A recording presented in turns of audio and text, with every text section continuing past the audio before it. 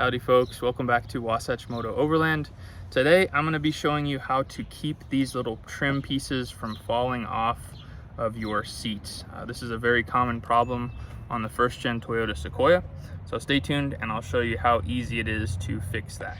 This video is going to be a very simple one in showing how I attached this plastic piece. Some people will tape this and it'll leave nasty stuff all over the panel, but it's actually very easy to do and very easy to remove if you need to access it. But basically I just used a long Phillips head self-tapping screw, and these clips typically will still be okay, but these might actually break in here. But even if this one's broken, this trick will still work. So all I did was I got about a 2.5 inch long Phillips, and this is a self-tapping tapered edge Phillips that I got from Home Depot.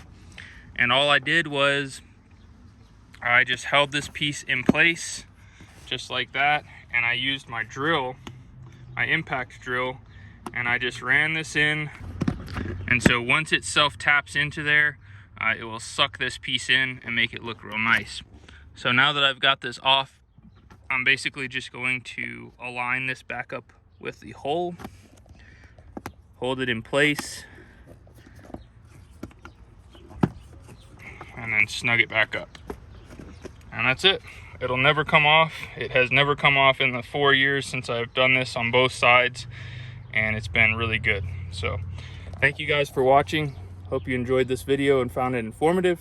If so, make sure and hit the subscribe button, and we'll see y'all on the next video. Later.